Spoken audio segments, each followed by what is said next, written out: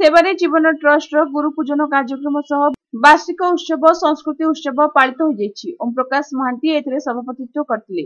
प्रारंभ में वेदपाठ सह कंठशिल्पी अभिलिप्सा दास गुरुवंदना गान करथिले। संपादक अंशुमान जेना विवरणी पाठ करथिले। दयानिधि पंडा अतिथि परिचय प्रदान करने सह सभा संचालन करथिले। अनुष्ठान उपदेष्टा अध्यापक डॉक्टर बलराम दास सम्मानित अतिथि रूपे जोगदे स्वागत भाषण प्रदान करथिले। मुख्य अतिथि रूपे मान्यवर राज्यसभा सांसद सुभाषिष खुंटिया जोगदे गुरु शिष्य परंपरार पवित्रता आश्रमर गुरु पूजन तथा सेवा समर्पण माध्यम ही गुरु आशीर्वाद प्राप्ति होता है मतव्यक्त करथिले। मुख्य वक्ता रूपे राजधानी महाविद्यालय प्राक्तन अध्यक्ष डॉक्टर अभिमन्यु भूया, सम्मानित अतिथि रूपे महिला सरकारी महाविद्यालय पुरी गणित विभाग मुख्य डॉक्टर अभिषेक शतपथी, चुनरा सेवायत शरद कुमार महांती, प्राक्तन प्रशासनिक अधिकारी पद्मनाभ पंडा जोगदे गुरु दिवस महात्म्य वेद पुराण जुगरु एही प्रथा प्रचलित बोली मत देई आदर्श गुरु वशिष्ठ विश्वामित्र वाल्मीकि संदीपनीकर महानता संपर्क में आलोकपात करथिले। वरिष्ठ गुरु गौरव सेवा संवर्धना सम्मान 2024 डाक्टर गोपाल कृष्ण करंगु प्रदान करा जायतिला। कृति शिक्षक रमाकांत कर, अर्चना राय, निवेदिता दास, श्री सिंह, बलराम दास, मीणापाणी कर, अरुण पंडा, प्रदीप चंद्र आचार्य, अन्नपूर्णा कर, डॉक्टर शशिकांत रथ, राजेश महापात्र, सौम्यरंजन पंडा प्रमुख 25 जन गुरु को शिक्षक गौरव सेवा सम्मान प्रदान करा जायतिला। पंडित दयानिधि पंडा धन्यवाद प्रदान करथिले। सेवारे जीवनर स्वच्छासेवी संपादक और सभापति स्वच्छासेवी दिव्यज्योति पंडा, सूर्य नारायण, अमरज्योति पंडा, अमरजीत प्रधान आदि कार्यक्रम को परिचालना करथिले। आमर गुरु दिवस ये चिंताधारा आमर एथि हेछि जे आमर लक्ष्य अछि गुरु रहिले समाज रहिबो। समाज प्रति मानव सभ्यता प्रति गुरु मानकर बहुत कार्य अछि। जदि बिना गुरु रे आमे कोनोसी कार्य करि परिबा नै। आमे भागवत रु पढिचु आमर अवधूत जे थिले से 24 गुरु कार्यक्रम भी जा करथिले तांग जीवन में। से 24 जन गुरु करथिले जीवन रे, जा फल रे से जानिथिले बा सी भी कहंती जे मनीष जीवन में किसी करने को हेले तार गुरु दरकार। गुरु नथिले से किसी करि परिबो नहीं।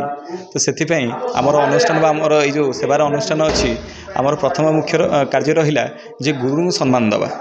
प्रति वर्ष सेप्टेम्बर 5 रे आम समस्त पालन कर गुरु दिवस। से गुरु दिवस पालन अवसर में आम भाविचु यही वर्ष आम भी चयन करूँ कि गुरु मान किपरि आमर छात्र मान समाज थिला। तो सही परिप्रेक्षी में सम्मानित करूँ। आमर आपाततः अच्छु आम 10 जन गुरु को सम्मानित करने।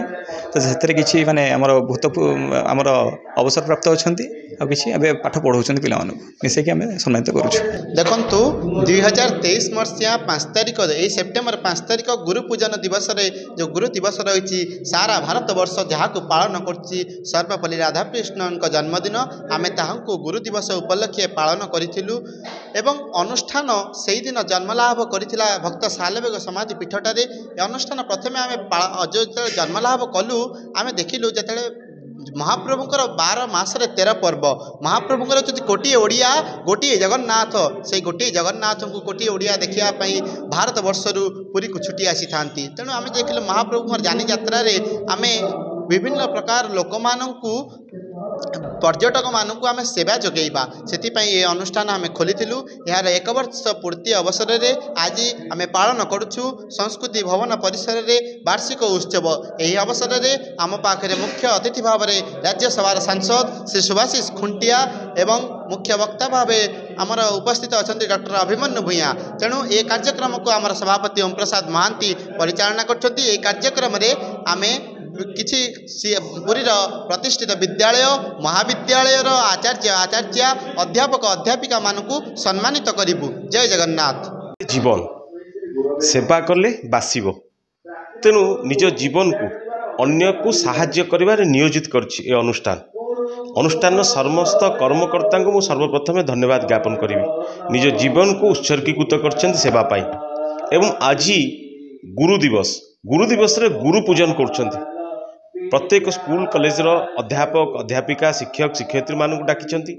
तेणु ये जो शिक्षक मानकर गुरुंकर जो देश को आगु को बढ़ावा जो मनुष्य तैयारी करिया कारखाना रे जो पिला माने को से माने बड़ करुचंती सेमानक प्रति जो छात्र एवं गुरुंकर जो परंपरा ताको ये अनुष्ठान आज बजई रखिछि। प्रभुंक पाखरे प्रार्थना करुछि ए अनुष्ठान उत्तर उन्नति हो।